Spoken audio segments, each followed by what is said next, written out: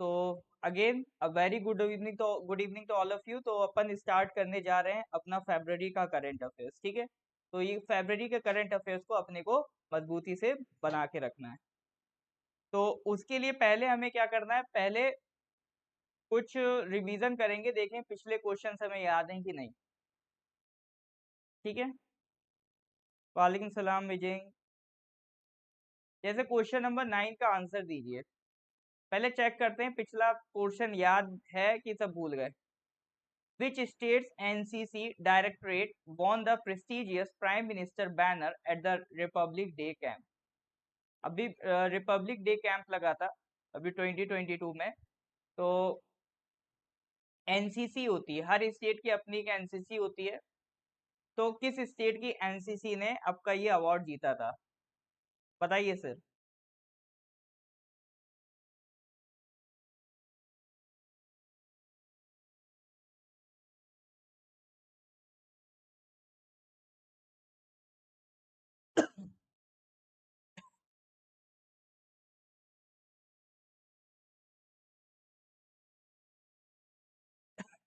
Which state's NCC Directorate won the prestigious Prime Minister banner at the Republic Day Camp 2022? क्या होगा इसका answer?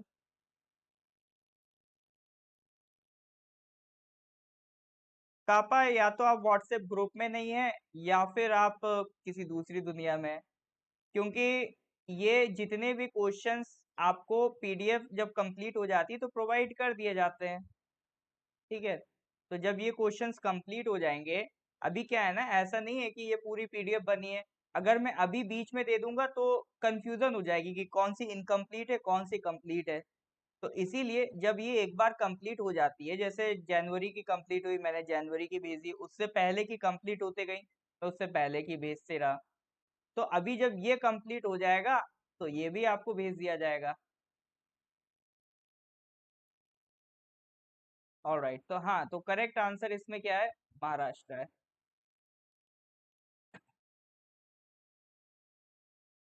Next question number 17, which ministry has rolled out the home delivery of medicine for veterans and serving military personnel in Delhi under the services e Sehat, services e health assistance and teleconsultation. Sehat scheme के तहत medicine provide की जा रही है veterans और serving military personnels को। तो इसके लिए वो पूछ रहा है कौन सी मिनिस्ट्री इसमें काम कर रही है।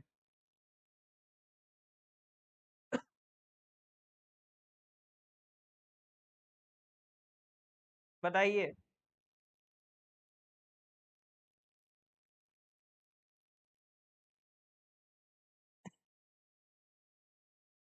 करेक्ट आंसर इज, बहुत बढ़िया, correct answer is ministry of defence. All right sir, ministry of defence इसके लिए काम कर रही है। चलो ये तो अभी हमें आज डिस्कस करना है। 20 क्वेश्चन यहाँ तक डिस्कस हो गया था, रैंप स्कीम की बात हुई थी, ठीक है। बजट 2022 में रैंप स्कीम का जिक्र आया था तो हमने कहा था ये एमएसएमई सेक्टर के लिए। ऑल राइट सर, तो स्टार्ट करते हैं आज का डिस्कशन। तो ये रहा पहला क्वेश्चन आपके लिए। Question number 21, a temple for Mahatma Gandhi and other freedom fighters has come up in which Indian state? UP, Madhya Pradesh, Karnataka, Andhra Pradesh, बताइए।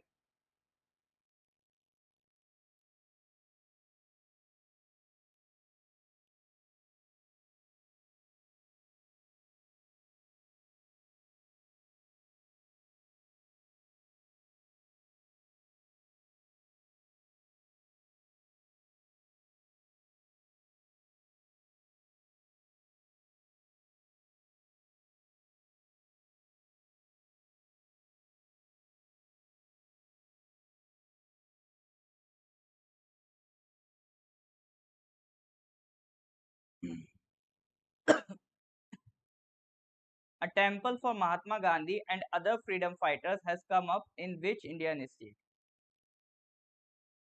इसका आंसर क्या होगा?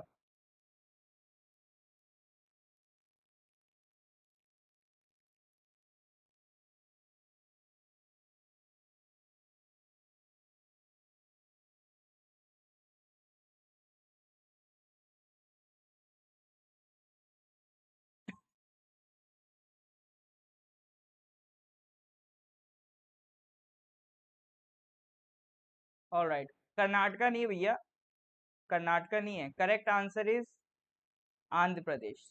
डी है, correct answer is Andhra Pradesh. ठीक है, तो एक महात्मा गांधी के लिए और और कई फ्रीडम फाइटर्स के लिए एक टेम्पल बनाया गया, नाम क्या है? स्मृति वनम। तो स्मृति वनम अगर आप कहीं नाम सुनो तो समझ जाना किससे रिलेटेड है। हो सकता है यही वर्ड एग्जाम में यूज करे, स्मृति वनम। तो ये आंध्र प्रदेश में मिलेगा। लोकेशन वगैरह इतना डिटेल में याद करने की जरूरत नहीं, तो ये गांधी जी के लिए देखो टेम्पल बन गया। बस ऐसी वन लाइनर क्वेश्चन था ये। नेक्स्ट क्वेश्चन नंबर 22 पे आते हैं। Spituk Gustor festival celebrated in which state UT every year to celebrate peace and prosperity। एक फेस्टिवल है, जैसे हर स्टेट के अपने अपने लोकल लोकल फेस्टिवल्स होते हैं, ठीक है, एक इसकी पूरी लिस्ट होती है, हम कभी उसको डिस्कस करेंगे, याद करेंगे। कई बार एग्जाम में इस पे क्वेश्चन आ जाते हैं, लेकिन कम ही आते हैं, तो अगर नहीं भी पढ़ोगे तो ऐसा नहीं है फेल हो जाओगे एग्जाम में। तो कम ही आते हैं लेकिन इतना रेगुलर नहीं है कि उनको हमें बहुत ज्यादा अच्छे से पढ़ने की जरूरत है। ठीक है, अब जैसे ये न्यूज में आ गया तो इसको आप पढ़ लो, जो न्यूज में आते जाए उनको याद करते जाओ, ये नहीं अलग से करने बैठ जाओ। तो हर स्टेट में अपने अपने इंडिविजुअल फेस्टिवल्स होते हैं। हाँ, अपने अरुणाचल में जो होते हैं वो जरूर करने हैं आप, ठीक है, अरुणाचल वाले जरूर करिएगा। तो Spituk Gustor festival is celebrated in which state UT every year to celebrate peace and prosperity? Sikkim, Ladakh, Himachal, Arunachal, बताइए।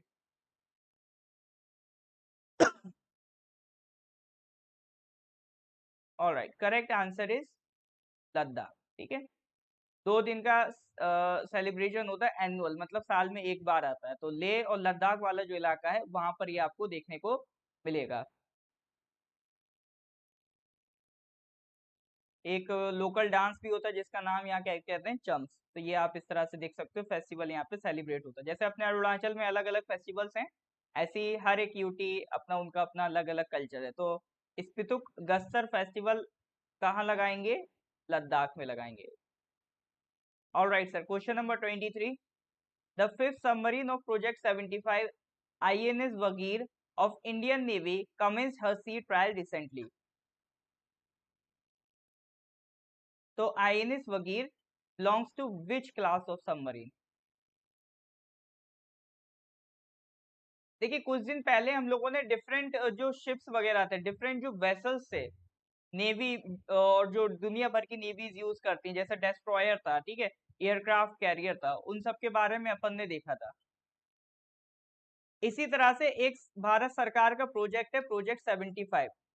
तो उसके तहत हम कौन सी सबमरीन बना रहे हैं? Scorpene class submarine. एक टाइप है सबमरीन का, एक क्लास है, ठीक है, स्कॉर्पिन क्लास सबमरीन, इस प्रोजेक्ट के तहत। तो इसके तहत टोटल 6 सबमरीन बननी है। तो ये आई थिंक ये फिफ्थ सबमरीन है, ठीक है, इसके बाद एक और सबमरीन रह जाएगी। 4 बन चुकी है, ये 5वीं सबमरीन है जिसका सी ट्रायल स्टार्ट होने वाला है। फिर इसको भी कमीशन कर लिया जाएगा, जो हो चुकी कमीशन उनकी भी हम डिटेल देखेंगे। तो ये पूछ रहा है कि जो 6 सबमरीन है वो कौन सी क्लास से बिलोंग करता है। एक्चुअली में ये फ्रांस की मदद से बना रहे हैं, तो वो लोग तो स्कॉर्पिन क्लास कहते हैं। बट जब हमने इसको इंडिया में बनाना शुरू किया तो हम तो अपना नाम देंगे ना इसको, हम स्कॉर्पिन तो नहीं बोलेंगे। तो हमने उसको क्या नाम दिया है, तो हम कौन से क्लास की सबमरीन उसे बोलते हैं, ये क्वेश्चन है।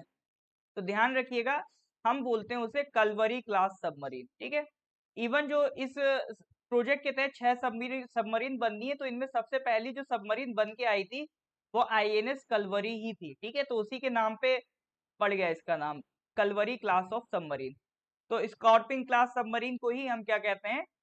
कलवरी क्लास सबमरीन, ध्यान रखना। ठीक है, तो ये प्रोजेक्ट 75 हमने बनाया था, जिसके तहत हमें क्या करना है, 6 स्कॉर्पिन क्लास अटैक सबमरीन बनानी थी। ठीक है, तो इसी के बेसिस पे, इसी की डिजाइन के बेसिस पे हमने उसको इंडिया में जब प्लान किया तो हमने उसका क्या नाम दे दिया, कलवरी क्लास। ठीक है, कौन मदद कर रहा है? Department of defence production, ministry of defence और इंडियन नेवी मिलके इसकी मदद कर रहे हैं। और इसको बना कौन रहा है? Mazagon dock limited, MDL। ठीक है, बनाने वाले का नाम याद रखिएगा, MDL इसको बना रहा है। 2005 की ये डील है, तो करीब 5 आ चुकी हैं। और ये डीजल इलेक्ट्रिक प्रोपल्शन सिस्टम पे चलती है, मतलब डीजल से चलती है। ठीक है, इतना ध्यान रखना। और इसके बारे में अगर आपको ये देखना है कि कौन कौन सी कमीशन हो गई, तो अभी टोटल 4 कमीशन हो गई हैं, 5 नहीं 4 कमीशन हो गई। सबसे पहले तो कलवरी थी, 2017 में इसका कमीशन हुआ है। खंदेरी आई फिर, ये 2019 में। फिर 21 में आपकी दो आई, करांज और वेला। अब याद करो करंट अफेयर 2021 के, जरूर ये नाम सुने होंगे, करांज और वेला का नाम जरूर सुना होगा, क्योंकि लास्ट ईयर ही हम लोगों ने डिस्कस किया है। ये दो सबमरीन्स इंडक्ट हुई हैं। अब एक और इंडक्ट हो जाएगी, उसका नाम क्या है, बगीर। ठीक है, कलवरी, खंदेरी, करांज, वेला ये ऑलरेडी इंडक्टेड है। तो यहां तक कोई दिक्कत तो नहीं आ रही है। देखो वही चीजें रिपीट होती हैं। करंट अफेयर्स की सबसे ब्यूटीफुल बात यही है कि आपको यहाँ पर चीजें रिपीट बहुत मिलेंगी, घूम फिर के वही चीजें आती रहती, हर बार ऐसा नहीं कुछ नया ही हो जाना है। तो करंट अफेयर्स को बस जितना एंजॉय करके पढ़ोगे उतना ही मजा है। अब वही है, हमें क्या है ना, पड़ोसी की भी खबर रखनी है तो वो भी करंट अफेयर कि पड़ोसी की जिंदगी में क्या चल रहा है, ब्रेकअप हुआ, क्या चल रहा है, क्या नहीं चल रहा है, तो हमें पड़ोसी की भी जिंदगी की खबर रखनी है, तो है तो वो भी करंट अफेयर्स, है कि नहीं। लेकिन उससे एग्जाम नहीं निकलेगा ना। एग्जाम कौन से करंट अफेयर से निकलेगा, नेशन की खबर रखोगे, वर्ल्ड की खबर रखोगे, भाई दुनिया में क्या चल रहा है, देश में क्या चल रहा है। तो बस हमें डायरेक्शन चेंज करनी, काम वही करना जो हम कर रहे हैं, अभी पड़ोसी की खबर रखनी है, अब देश की खबर रखो।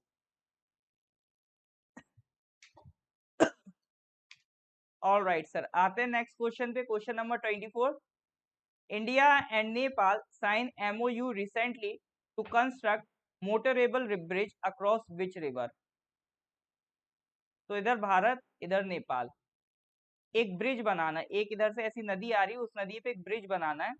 तो वो कौन सी नदी पे बनाने के लिए एक एमओयू साइन हुआ है। एमओयू मतलब एक तरीके का एग्रीमेंट, इसको कहते हैं मेमोरेंडम ऑफ अंडरस्टैंडिंग, मतलब हम दोनों ने एक दूसरे की बात अब समझ ली है, एक एग्रीमेंट कर लिया है, memorandum of understanding, MOU.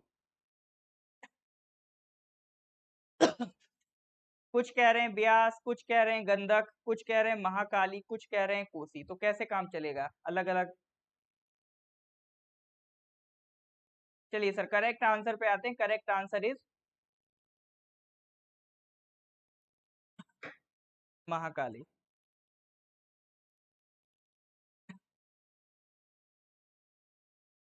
Gandak नहीं है, करेक्ट आंसर क्या होगा, महाकाली होगा।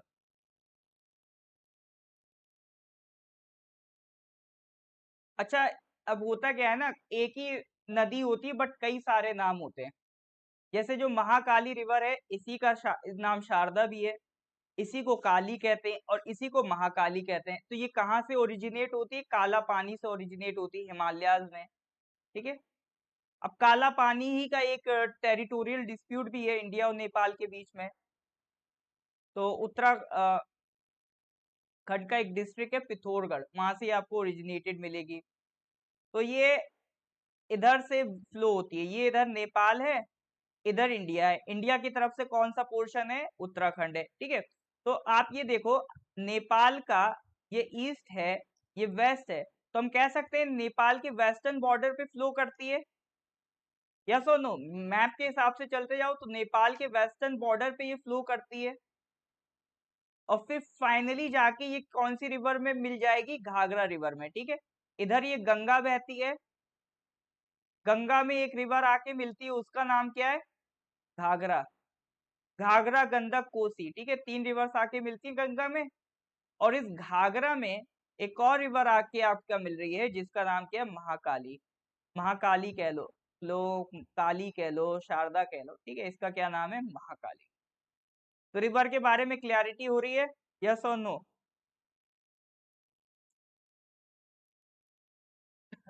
तो अपने को क्या याद रखना है, महाकाली रिवर कहाँ से ओरिजिनेट हो रही है, उत्तराखंड में काला पानी वाले एरिया से। ठीक है, उसके बाद ये किस में जाके मिल जाएगी, घाघरा में जाके मिल जाएगी, और घाघरा अल्टीमेटली किस में मिल जाएगी, गंगा में।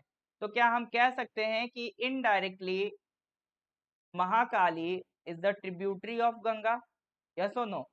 Mahakali is the tributary of Ganga. लो सर, बैठे बैठे एक ट्रिब्यूटरी और याद कर ली अपन ने, गंगा की। दोमचे इसका पीडीएफ आपको मिल जाता है, आप अगर व्हाट्सएप ग्रुप में नहीं है तो व्हाट्सएप ग्रुप को ज्वाइन करिए, ठीक है।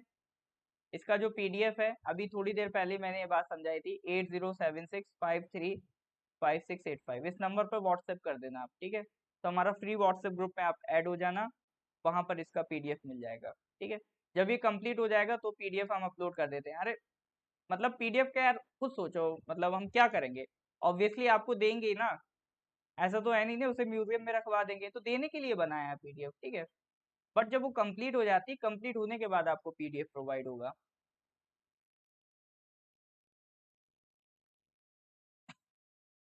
चलिए नेक्स्ट क्वेश्चन पे आते हैं, question number 25। Recently which country successfully tested the Hwasong 12 ballistic missile? Hwasong 12 ballistic missile. अब देखो कुछ टाइम पहले अपन ने एक डिफरेंस पढ़ा था कि बैलिस्टिक मिसाइल और एक होती है क्रूज मिसाइल, दोनों में क्या डिफरेंस है। तो ये छोटी छोटी बातें होती हैं जो ये करंट अफेयर से पढ़ लोगे ना, तो आपकी जनरल साइंस वैसे ही आसान कर देगा। बताइए, which country successfully tested the Hwasong 12 ballistic missile? Japan, north Korea, China, south Korea. Sir नाम तो सर सबसे मैच करता हुआ लग रहा है।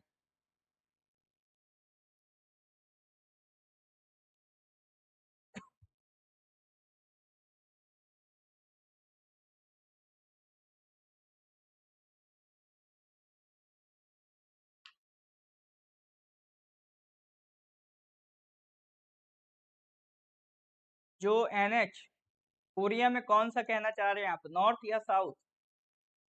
हाँ सर, एक तीर से दो निशाने करने हैं मेरे को। ऑल राइट, साजन नातुंग कह रहे हैं चीन, मोटर बसर कह रहे हैं साउथ कोरिया, चाकू कह रहे हैं D. Sir D. All right sir, तो नॉर्थ कोरिया को सपोर्ट करने वाले ज्यादा हैं और वो सही हैं। Correct answer is north Korea, ठीक है। मिसाइल का नाम ध्यान रहेगा, Hwasong 12 किसने बनाई है, किसने अभी डेवलप की है? North Korea. अभी इसको टेस्ट करा इन्होंने। देखो दो मिसाइल्स की बात करेंगे, बैलिस्टिक मिसाइल। पहले तो बेसिक डिफरेंस समझो, एक बैलिस्टिक मिसाइल और एक क्रूज मिसाइल में। बैलिस्टिक मिसाइल जो होता है ना, जब यहां से लॉन्च होता है, एक ट्रेजेक्ट्री फॉलो करता है। इसमें बहुत प्रिसीजन एक्यूरेट नहीं होता है। ये मतलब ये तब यूज होता है जब एक बड़ा सा एरिया है और आपको फर्क नहीं पड़ता इस बड़े से एरिया में कहीं भी मिसाइल चली जाए, ठीक है। मतलब इतना आइडिया है कि अपने को फिजिक्स वगैरह लगा के इतना आइडिया लग गया कि इतने फोर्स से, इतने एंगल से इसको अगर हम प्रोजेक्ट करेंगे तो ये जाके इस एरिया में कहीं जाके गिरेगा, मतलब एक बड़ा सा एरिया है उसमें कहीं जाके गिरेगा। एग्जैक्टली हम नहीं कह सकते यही करेगा, ठीक है। तो ये कौन सी मिसाइल होती है? ये होती है बैलिस्टिक मिसाइल। अच्छा, कुछ बैलिस्टिक मिसाइल अर्थ के एटमॉस्फेयर में भी रहती हैं और कुछ अर्थ के एटमॉस्फेयर को भी क्रॉस करके वापस आती हैं, ठीक है। जैसे कुछ होती इंटर कॉन्टिनेंटल बैलिस्टिक मिसाइल्स, मतलब जब बिल्कुल कॉन्टिनेंट पार करके हमें कहीं हमला करना होता है। जैसे मान लो हमने इस देश पे कहीं हमला करना है, ये कोई कंट्री ए है, यहाँ से मिसाइल लॉन्च हो रही, कंट्री बी पे हमला करना है।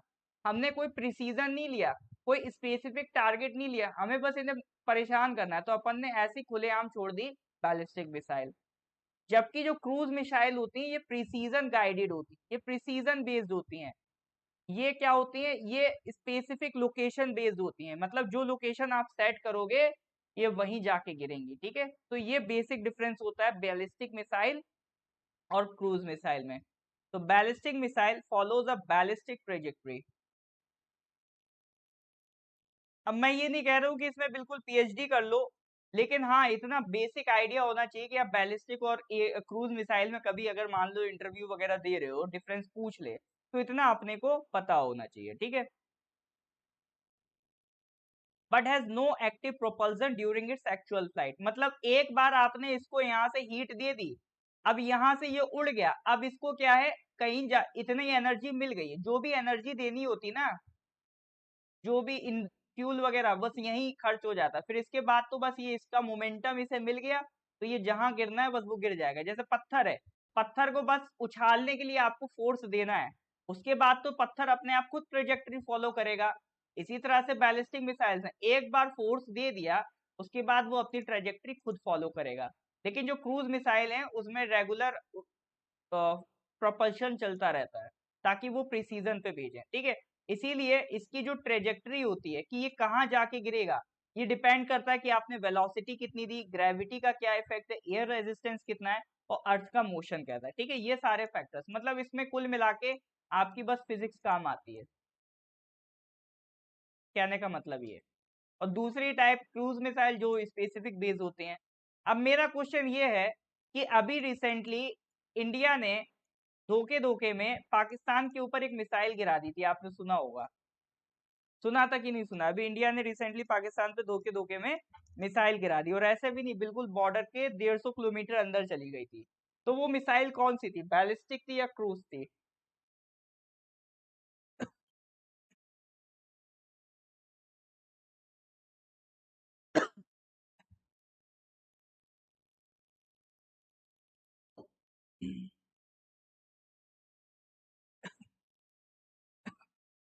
कुछ याद है कौन सी मिसाइल थी?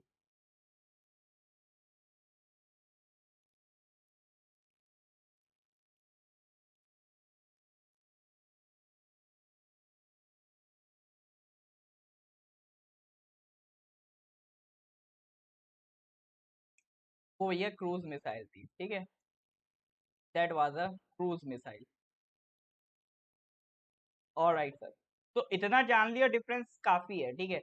अब इसके बाद थोड़ा सा बस नाम वगैरह याद रखना, जैसे पृथ्वी, अग्नि जो है, जैसे अपने पास अग्नि मिसाइल है, पृथ्वी है, तो ये सब कौन सी मिसाइल थी, बैलिस्टिक मिसाइल, ठीक है। तो कभी और इनके बारे में पढ़ेंगे पूरा, वैसे मिसाइल वाला पार्ट हम लोग पहले भी कई बार कर चुके हैं। तो बट ऐसा नहीं कि पहले कर लिए तो दोबारा नहीं करेंगे, ये तो रिपीट होता रहेगा, जैसे जैसे आपका पोर्शन मतलब बार बार चीजें रिपीट होंगी, अपन दोबारा से फिर से रिपीट कर देंगे, ठीक है, ताकि रिवीजन होता रहे, रिवीजन अपना बना रहना चाहिए। अच्छा, इसके साथ साथ मैं बताना चाहूंगा कि जैसे हमारे पास टीजीटी पीजीटी के रिगार्डिंग कोर्सेज अवेलेबल हैं, इसमें जीके और इंग्लिश के लिए आप ज्वाइन कर सकते हैं, ठीक है। और प्लस अगर जिसका हिस्ट्री मेंस है तो वो भी ज्वाइन कर सकते हैं। और एक कोर्स चल रहा है हमारे पास, हेड कांस्टेबल फॉरेस्टर का, ठीक है। तो दो इंडिविजुअल कोर्सेज चल रहे हैं, एक टीजीटी पीजीटी के लिए चल रहा है, एक हेड कांस्टेबल फॉरेस्टर के लिए चल रहा है। तो ये दोनों कोर्स एक्टिव हैं, ये आप ज्वाइन कर सकते हैं। प्लस हमारा एक एवर रनिंग कोर्स है, लबासना एपीपीएससी सीई प्रीलिम्स की अगर आप तैयारी कर रहे हैं, ठीक है, तो आप ज्वाइन कर सकते हैं। तो ये सारे अगर आपको कोर्स ज्वाइन करने हैं तो व्हाट्सएप नंबर है 8076535685, इस पे आपको व्हाट्सएप कर देना। अगर नहीं भी ज्वाइन करने, अगर आप चाहते हैं इसी तरह का फ्री मटेरियल, ठीक है, इसी तरह का करंट अफेयर्स का ये पीडीएफ है ना, आपको जो भी वीडियो लेक्चर्स हैं, जो भी हम फ्री लाइव क्लासेस कराते हैं उसका अपडेट्स वगैरह मिलता रहे, ठीक है, तो आप हमें इस नंबर पे व्हाट्सएप कर सकते, तो हम आपको अपने फ्री ग्रुप में भी ज्वाइन कर देंगे, ठीक है। तो हमारे पास दोनों तरह की ग्रुप हैं, जो कोर्सेज हैं उसके लिए पेड ग्रुप्स हैं, और जो फ्री क्लासेस चलती हैं उसके लिए फ्री वाले भी ग्रुप, तो आपको जो ज्वाइन करना है कर सकते हैं। चलिए सर, नेक्स्ट क्वेश्चन पे आते हैं, क्वेश्चन नंबर 26। एक लेक अल्बर्ट के बारे में पूछ रहा है, अभी किसी वजह से रिसोर्स डेवलपमेंट प्रोजेक्ट चल रहा है कोई, उसकी वजह से न्यूज में था। तो it is located as a border between which two countries? बताइए, लेक अल्बर्ट के बारे में पूछ रहा है। एपीपीएससी का टेस्ट सीरीज लॉन्च होगा, ठीक है, एपीपीएससी सीई का टेस्ट सीरीज हम लॉन्च करेंगे। जो हमारे एनरोल्ड स्टूडेंट है, ठीक है, जो रजिस्टर्ड है हमारे पास, जो जिन्होंने ये कोर्स ज्वाइन किया है लबासना वाला, एपीपीएससी सीई वाला, उनको तो हम फ्री में टेस्ट सीरीज कराएंगे। बाकी इसके लिए प्रॉपर एक टेस्ट सीरीज भी हम निकालेंगे, ठीक है, ये टेस्ट सीरीज बनेगी जब ये लेकिन जब एग्जाम क्लोज आएगा तब हम इसकी टेस्ट सीरीज बनाएंगे, ठीक है।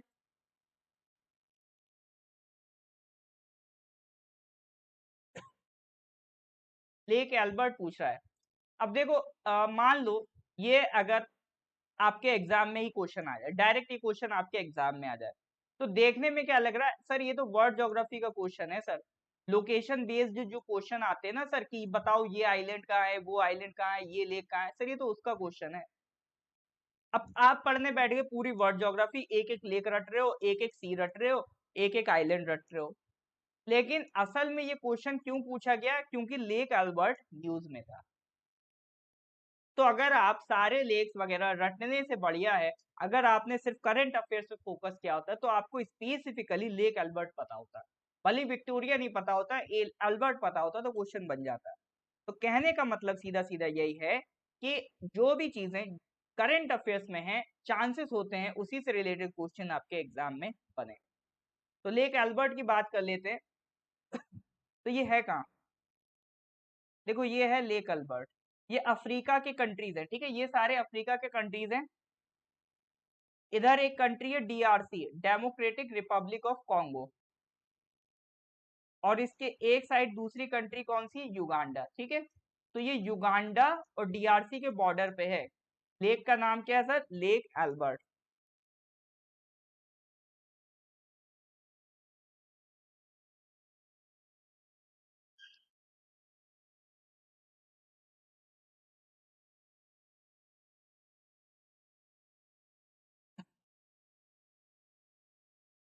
युगांडा और डीआरसी के बॉर्डर पे आपको मिलेगा lake Albert. Alright sir, is that clear? तो अगर क्लियर होता जा रहा तो please give me a thumbs up. ठीक है जी। तो फिर अगर ये सब क्लियर है तो फिर आगे के क्वेश्चन से बढ़ते हैं। देखो मैं ज्यादा क्वेश्चंस आपको नहीं कराता, अराउंड भाई 10 से लेकर 15 तक क्वेश्चंस होते हैं, कभी हम 10 करते हैं, कभी मैक्सिमम 15 करते हैं, 15 से ज्यादा मैं कराता भी नहीं हूँ। तो ये क्वेश्चन इसीलिए लिमिटेड मैं कराता हूँ ताकि आपके ऊपर ऐसा में कोई एकदम से बर्डन नहीं डालना है कि एक दिन आए 50 क्वेश्चन करा के चले गए, ठीक है। तो ये बर्डन अपने को आपके ऊपर नहीं डालना है।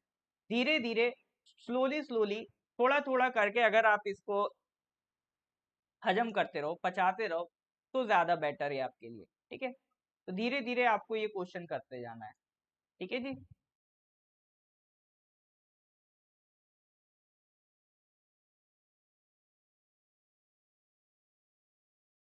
एक मिनट, इंटरनेट तो ठीक है अभी।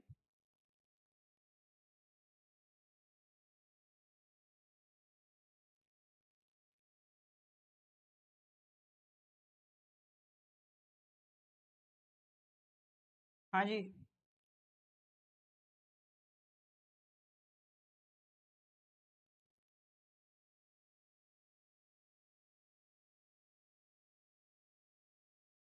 वेट ए मिनट, शायद थोड़ा सा टेक्निक इंटरनेट प्रॉब्लम हो रहा है मे बी।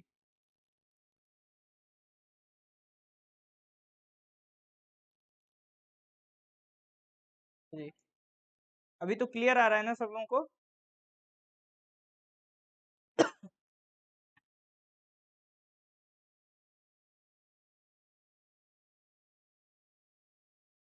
नेक्स्ट क्वेश्चन पे आते हैं, question number 27। Project Sadbhavana, Sadbhavana has been launched by which state for improvement in governance? बताइए क्वेश्चन नंबर 27, प्रोजेक्ट सद्भावना किस स्टेट ने लॉन्च किया है?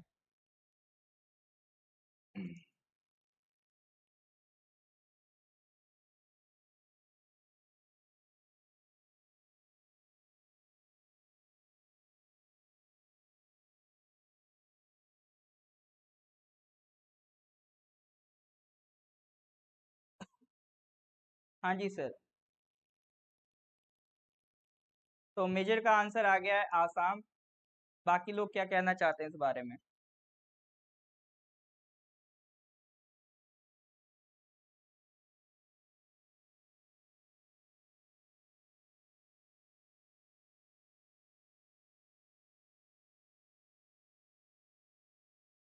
ऑल राइट सर, बिल्कुल। तो यहाँ पे तो कोई डाउट ही नहीं है, बहुमत के साथ अपन कहेंगे आसाम का प्रोजेक्ट है प्रोजेक्ट सद्भावना। इंडिया में ना एक बहुत बड़ी प्रॉब्लम है जिसको हम कहते हैं रेट टैपिज्म। जब भी कभी भी अगर पूछे ना इंडिया में ब्यूरोक्रेसी में क्या दिक्कत है, गवर्नेंस में क्या दिक्कत है, तो इसी का नाम लेना, रेट टैपिज्म बहुत है।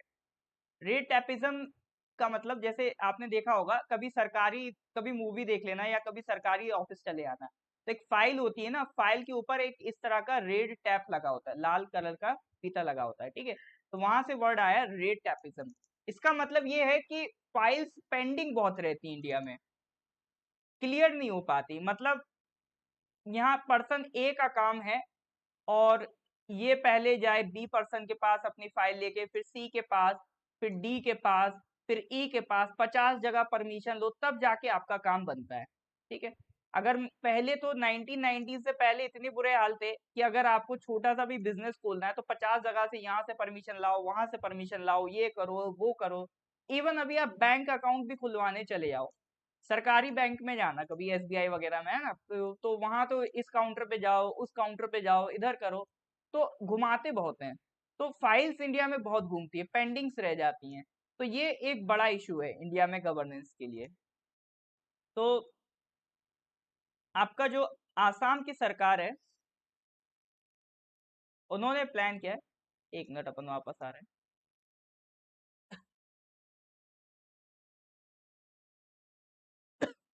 तो आसाम की सरकार ने प्लान ये बनाया कि अपन एक प्रोजेक्ट निकालेंगे सद्भावना। इसके तहत जो भी पेंडिंग फाइल्स हैं उन्होंने टारगेट ले लिया, ठीक है।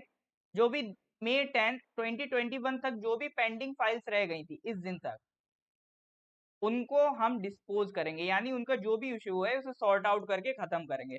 कोई भी फाइल पेंडिंग नहीं रहनी चाहिए। तो एक एंथुसियाज्म है, ठीक है। एक पोर्टल बना दिया, अगर आपकी मई 10 2021 से पहले की कोई फाइल अगर पेंडिंग है तो उस पोर्टल पे आप कंप्लेन करो, है ना। कंप्लेन करोगे तो सरकार तुरंत उस फाइल पे आपका एक्शन लेगी। तो पर्पज यही है, गवर्नेंस को फास्ट करना है, गवर्नेंस को स्मूथ करना है। सरकारी काम में कितना टाइम लगता है ये आप भी अच्छे से समझते हो, मेरे को भी पता है, ठीक है।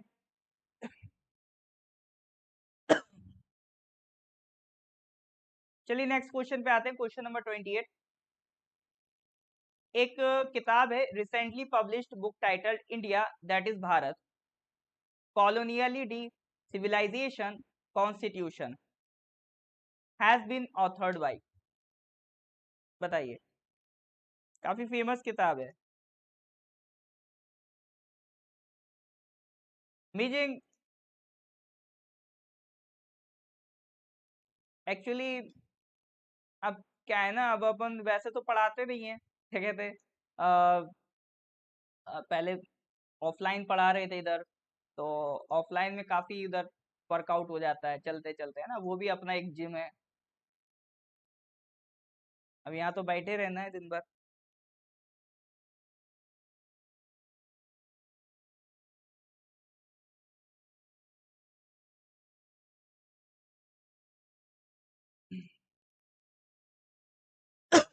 हाँ जी बताइए।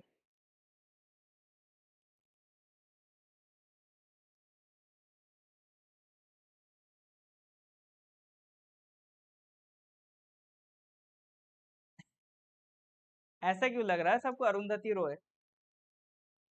वैसे रेयरली होता है, बहुमत को रेयरली मैंने गलत होते देखा है। J Sai Deepak, J Sai Deepak is an advocate in supreme court, उनकी किताब है भारत, कॉलोनियलिटी, सिविलाइजेशन, कॉन्स्टिट्यूशन। यानी हिंदुस्तान एक टाइम में कॉलोनियलिज्म से जूझा, उन्होंने इम्पैक्ट डाला हमारी सिविलाइजेशन पे, और उस सिविलाइजेशन का कुछ हद तक इम्पैक्ट हमारे कॉन्स्टिट्यूशन पे दिखता है। तो तीनों चीजों को उन्होंने कनेक्ट किया है कि कोलोनियलिज्म ने कैसे सिविलाइजेशन पे इम्पैक्ट डाला और उससे कैसे कॉन्स्टिट्यूशन पे इम्पैक्ट पड़ा। तो यूरोपियन कल्चर का इंडिया में क्या इम्पैक्ट पड़ा, वेस्टर्नाइजेशन से क्या असर पड़ा, कैसे it highlights how colonialism changes the socio religious culture, ठीक है, history, education, language and racial patterns in India. तो इन सारी चीजों पे कैसे कॉलोनियलिज्म ने चेंज करा, इस किताब को ये समझाती है, साई दीपक की किताब, ठीक है। चलिए सर, तो इम्पोर्टेंट बुक है, एग्जाम में पूछ सकता है, ध्यान रखिएगा। तो इस सवाल में बहुमत गलत हो गई।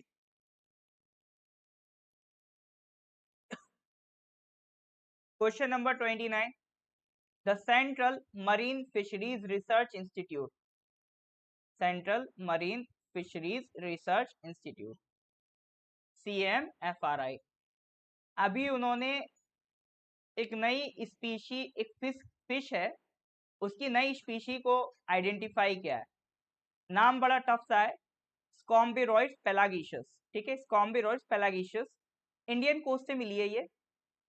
तो लोकल भाषा में फिश को क्या कहा जाता है? जैसे हर एक जानवर है, हर एक स्पीशी हम जानते हैं, उसका एक लोकल नेम होता है और एक साइंटिफिक नेम होता है। जैसे मिथुन है, लोकल नेम क्या है? मिथुन है, बट साइंटिफिक नेम देखोगे तो आप कहोगे बोस फ्रंटालिस। हर स्पीशी के साथ ऐसा होता है। इसी तरह से एक स्पीशी है, एक मछली, जिसका साइंटिफिक नेम अगर हम देखें तो स्कॉम्बेरॉइड्स पेलागिशियस। तो बट उसका लोकल नाम क्या है वो पूछ रहा है। हाँ जी, अभी आंसर नहीं आ रहे हैं आपके।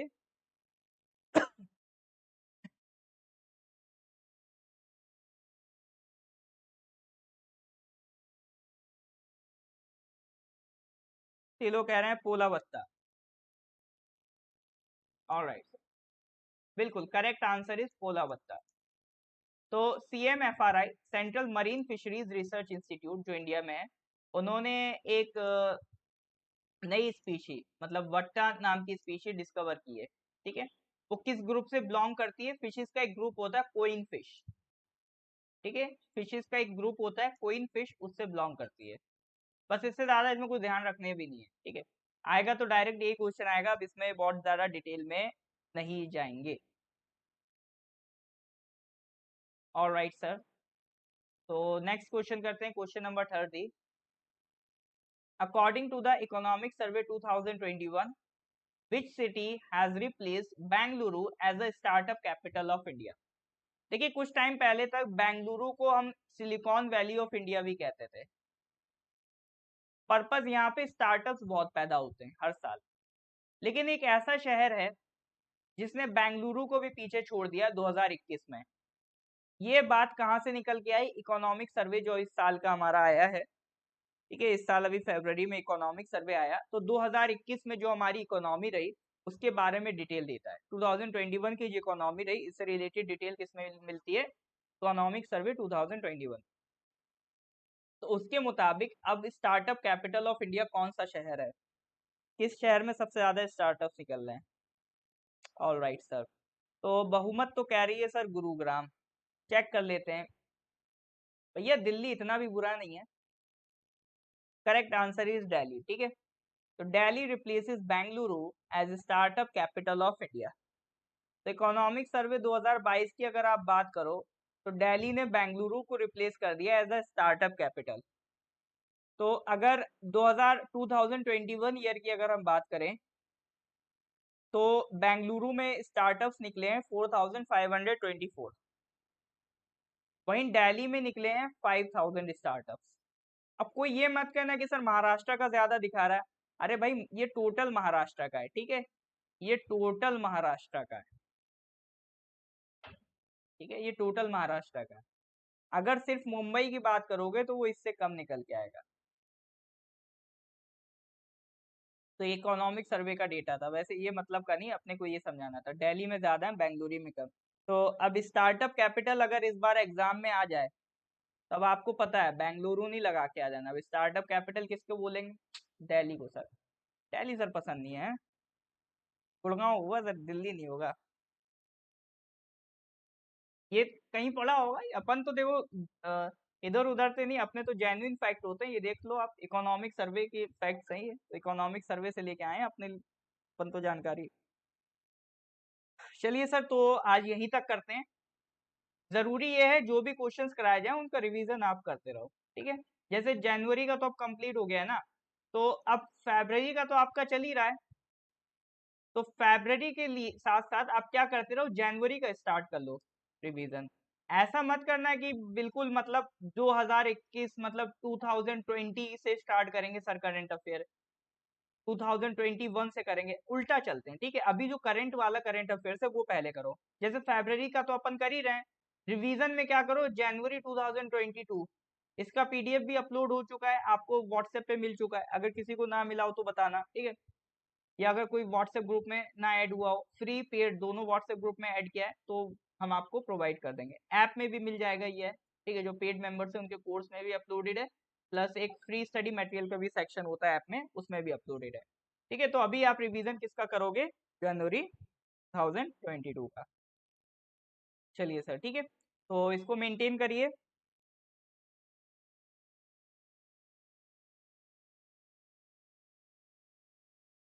ऑल राइट, ठीक है, so thank you everyone, thank you for joining this session, have a nice day.